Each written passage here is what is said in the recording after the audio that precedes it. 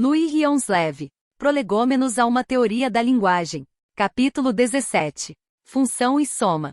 Uma classe que contrai uma função com uma ou várias classes, no interior de uma mesma série, será chamada soma. Uma soma sintagmática será uma unidade. Uma soma paradigmática será uma categoria. Uma unidade será, portanto, uma cadeia que contrai uma relação com uma ou várias cadeias dentro de uma mesma série.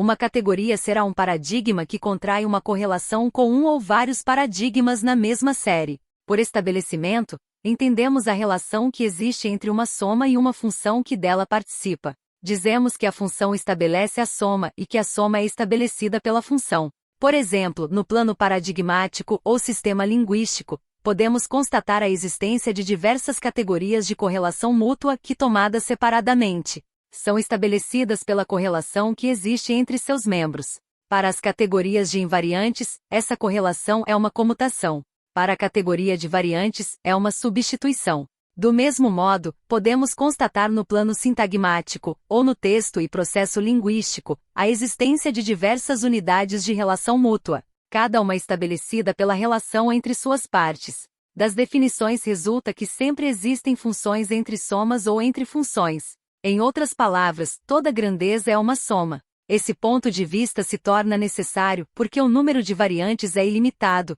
e a articulação em variantes pode ser realizada indefinidamente, de tal modo que qualquer grandeza pode ser considerada como uma soma, ou pelo menos como uma soma de variantes. É a exigência da descrição exaustiva que impõe essa concepção. Em teoria, isso equivale a dizer que uma grandeza não é outra coisa senão duas ou várias grandezas em função mútua. Esse resultado ressalta mais uma vez a existência científica apenas das funções. Conferir capítulo 9. Na prática, é particularmente importante na análise levar em consideração que entre categorias existe uma relação. A análise deve ser organizada de modo que, considerando o princípio do empirismo e todos os princípios que dele decorrem, se escolha a base de análise adequada. Suponhamos que se escolha a seleção como base de análise. A primeira operação consistirá em dividir a cadeia proposta em unidades de seleção de primeiro grau. A categoria constituída por essas unidades será denominada categoria funcional. Por esse termo, entendemos a categoria dos funtivos registrados por uma única análise com uma dada função tomada como base. Dentro de uma categoria funcional, é possível imaginar 4 espécies de funtivos. 1. Funtivos que só podem aparecer como selecionados. 2. Funtivos que só podem aparecer como selecionantes. 3. Funtivos que podem aparecer como selecionados e como selecionantes. 4.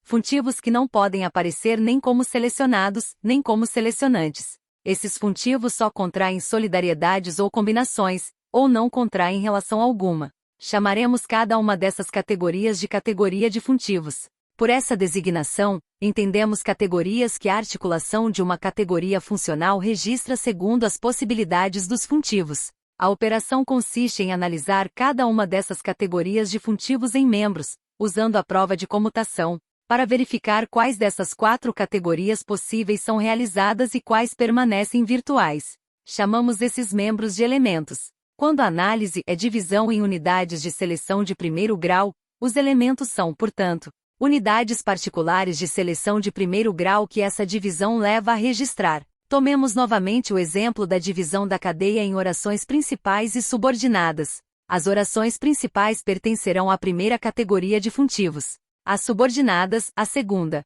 Suponhamos, para simplificar, que a terceira e a quarta categorias de funtivos se revelem apenas virtuais. Nesse caso, é evidente que esse registro não pode significar que cada subordinada, tomada isoladamente, seleciona uma principal tomada isoladamente. Uma subordinada não pressupõe a presença de uma principal determinada, mas apenas de alguma principal. Portanto, é a categoria das orações principais que é selecionada pela categoria das subordinadas. A seleção mútua existe entre as categorias de funtivos. Já a relação entre um membro de uma categoria e um membro de outra pode ser diferente, como, por exemplo, uma combinação. Uma das tarefas da teoria da linguagem é estabelecer um cálculo geral das relações entre elementos que correspondem às relações entre categorias de funtivos. Se a base da análise é uma solidariedade ou uma combinação, ou seja, uma reciprocidade sintagmática, as categorias de funtivos serão, nesse caso,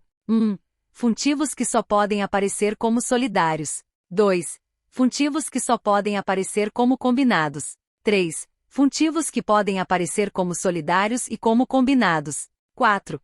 Funtivos que não podem aparecer como solidários nem como combinados. Esses funtivos só contraem seleções ou não contraem relação alguma. A solidariedade ou a combinação estará presente entre as categorias de funtivos. Já os elementos podem contrair outras relações.